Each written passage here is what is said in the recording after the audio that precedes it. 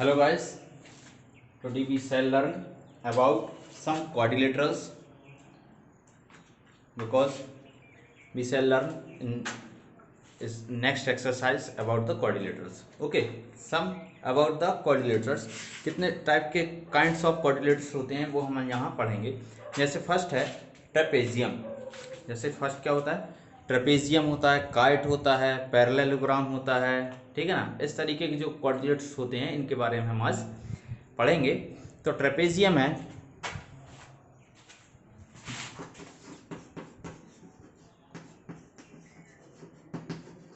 First है trapezium. तो trapezium कैसा होता है?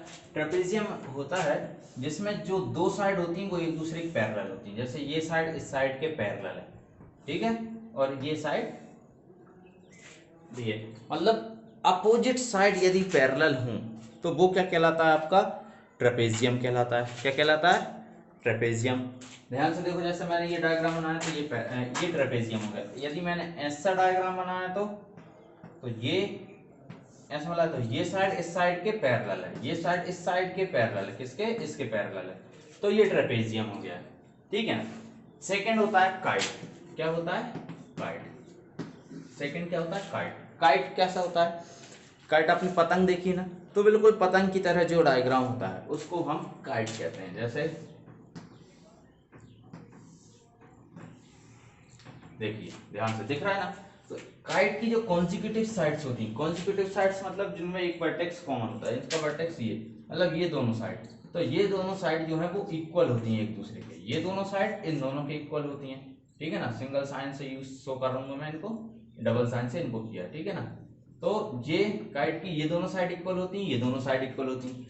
मीन्स काइट की जो कंसेक्यूटिव जो साइड्स होती हैं वो इक्वल होती हैं, वो काइट कहलाता है.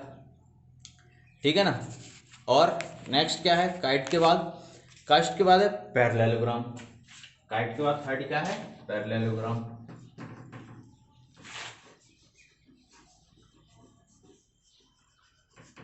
अब पैरेललोग्राम जैसे आपने बहुत पढ़ चुके हो इनके बारे में, फिर भी मैं बता देता हूँ. पैरेललोग्राम क्या होता है? पैरेललोग्राम जिसकी दोनों अपोजिट साइड एक दूसरे के पैरेलल है. ये इसके पैरेलल है, ये इसके पैरेलल है. और पैरेललोग्राम में अपोजिट साइड्स पैरेलल होने के साथ साथ इक्वल भी होती हैं. ये साइड इसके इक्वल होगी, ये साइड इसके इक्वल होगी, और क्या होंगी? पैरेलल होंगी. अब पैरेलल का साइन कैसे होता है? तो मैं यहाँ जैसे इसको नाम दे दूं ABCD, तो मैं यहाँ लिख सकता हूँ कि AB पैरेलल है किसके? CD के. तो मैंने लिख दिया CD के. और यहाँ लिख दूं यदि AD पैरेलल है किसके? BC के. तो हम यहाँ लिख सकते हैं. सेम हियर आप ऐसी चीजें इनमें लिख सकते हैं. ABCD क्या लिख सकते हो? BC इक्वल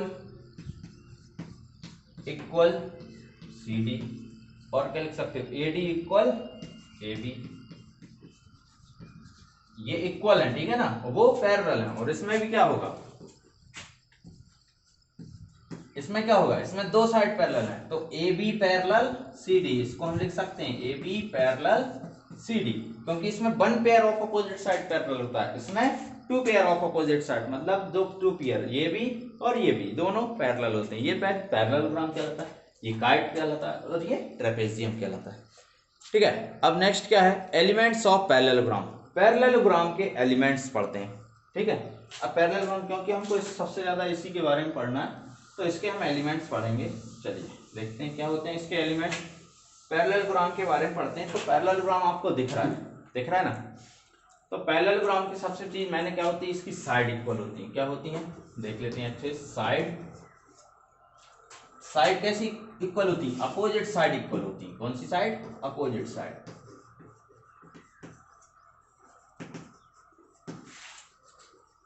अपोजिट साइड कैसे कैसे लिख सकते हैं हम लिख सकते हैं AB इक्वल CD, या लिख सकते हैं AD इक्वल BC.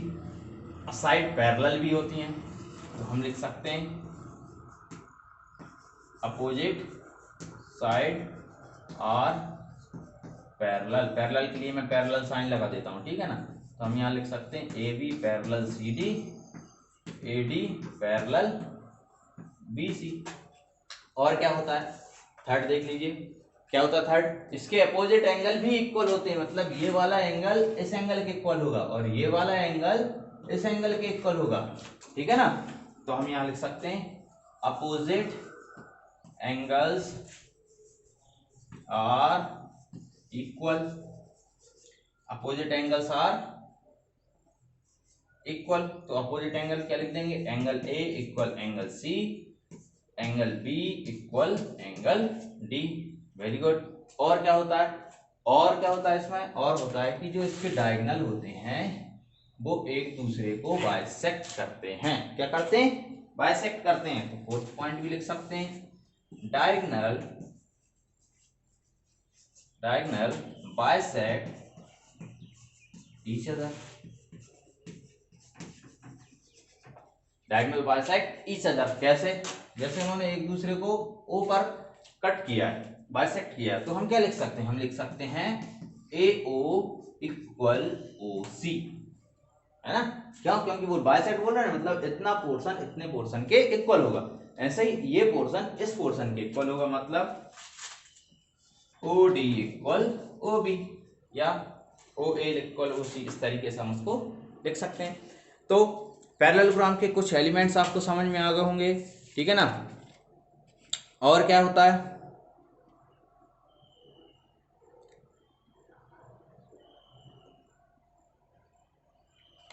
तो पैरेललोग्राम आपको कंप्लीट समझ में आना कि इसकी साइड इक्वल होती हैं, अपोजिट एंगल इक्वल्स होते हैं, डायगोनल एक दूसरे को बाइसेक्ट करते हैं।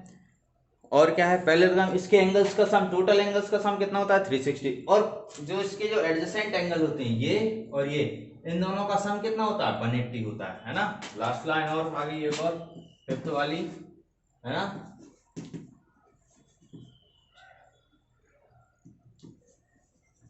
Adjacent angles, sum of adjacent angle are 180। जो एडजेसेंट एंगल्स होते हैं उनका सम कितना होता है 180 होता है। तो ठीक है, आप लोगों को ये समझ में आ गया होगा। इसके बाद फिर हम नेक्स्ट एक्सरसाइज 3.3 स्टार्ट करेंगे। डायगोनल और पैराग्राम में आपको समझा चुका हूँ कि वो उनको एक दूसरे को बाइसेक्ट करते हैं, ठीक है ना। तो okay, I hope you understand this introduction of quadrilaterals, some kind of quadrilaterals. Thank you.